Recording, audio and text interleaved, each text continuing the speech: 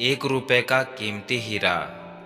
एक जंगल की राह से एक कुम्हार अपने गधे के गले में एक बड़ा हीरा बांधकर चला आ रहा था। तभी वहां से एक जोहरी सेठ भी गुजर रहा था। वो ये देखकर बड़ा ही अचंभित हुआ कि ये कितना बड़ा मूर्ख है। क्या इसे पता नहीं है कि ये लाखों का हीरा है और ये इतने कीमती हीरे को इस गधे के गले में सजाने के लिए बांध रखा है।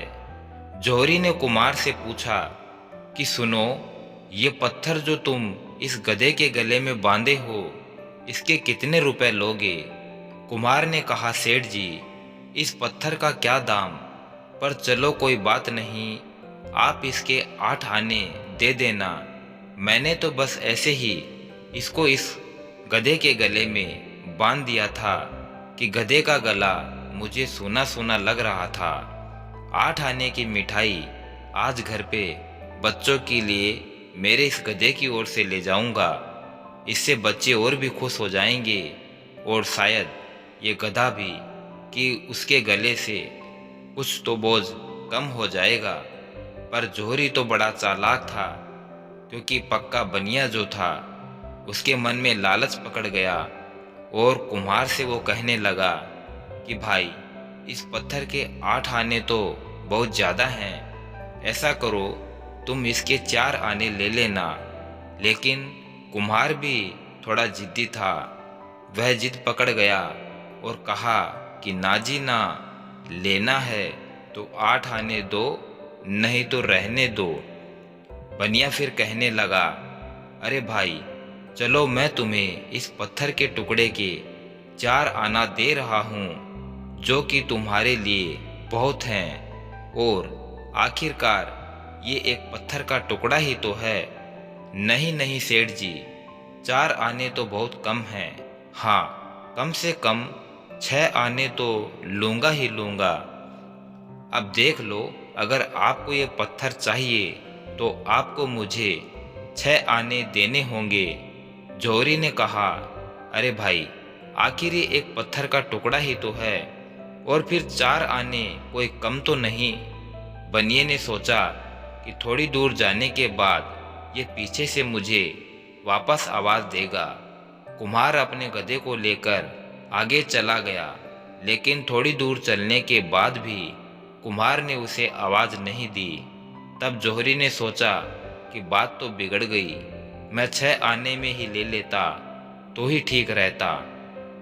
अब जौहरी कुछ देर बाद वापस उस कुम्हार के पास लौटकर आया, लेकिन तब तक बाजी हाथ से जा चुकी थी। गधा खड़ा आराम कर रहा था और कुम्हार अपने काम में लगा हुआ था। जौहरी ने कुम्हार से पूछा, क्या हुआ, वो पत्थर का टुकड़ा कहाँ है? कुम्हार ने हंसते हुए सेठ से कहा कि सेठ जी, मुझे उस पत्थर का पूरा 1 रुपए मिला है और पूरा 8 आने का फायदा भी हुआ है। यदि मैं आपको उसे 6 आने में बेच देता तो मुझे कितना घाटा होता। और ये कहकर वो तो अपने काम में लग गया, पर जौहरी के माथे पर पसीना आने लगा। उसका तो दिल बैठा ही जा रहा था, ये सोच सोचकर कि हाय राम, लाखों का हीरा यूं ही मेरी नादानी की वजह से मेरे हाथ से निकल गया। उसने कुम्हार के ऊपर चिल्लाते हुए कहा, अरे मूर्ख, तू बिल्कुल गधे का गधा ही रहा। जानता है उस पत्थर की कीमत कितनी है? वह लाखों का हीरा था और तूने उसे 1 रुपए में ही बेच दिया। ये मानो कि बहुत बड़ा खजाना तेरे हाथ लगा हुआ था। सेठ की बात सुनकर उस कुम्हार ने सेठ से कहा कि हुजूर, मैं अगर गधा न होता तो क्या इतने कीमती हीरे को गधे के गले में बांधकर ऐसे घूमता? लेकिन अब आपके लिए क्या कहूँ, आप तो गधे के भी गधे निकले। जब आपको तो ये पता ही था कि ये पत्थर का टुकड़ा नहीं बल्कि लाखों का हीरा है, और आप उसके 6 आने देने को भी तैयार नहीं थे। आप पत्थर की कीमत पर भी उसे लेने को तैयार नहीं हुए। यदि इंसान को कोई वस्तु आधे दाम में भी मिले तो भी वो उसके लिए मोल भाव जरूर करेगा। क्योंकि लालच हर इंसान के दिल में होता है। किसी ने सही कहा है कि चोर चोरी से जाए पर हेरा फेरी से न जाए। जौहरी ने एक सौदागर होने के बावजूद अपने लालच के कारण एक अच्छा सौदा अपने हाथों से गवा दिया। धर्म का जिसे पता है उसका जीवन अगर रूपांतरित न हो तो उस जौहरी सेठ की भांति वो भी गधा ही है। जिन्हें पता नहीं वे क्षमा योग्य हैं, लेकिन जिन्हें पता है अब उनको क्या कहा जाए। तो दोस्तों, उम्मीद करता हूँ कि इस कहानी से हमें एक अच्छी सीख मिलती है।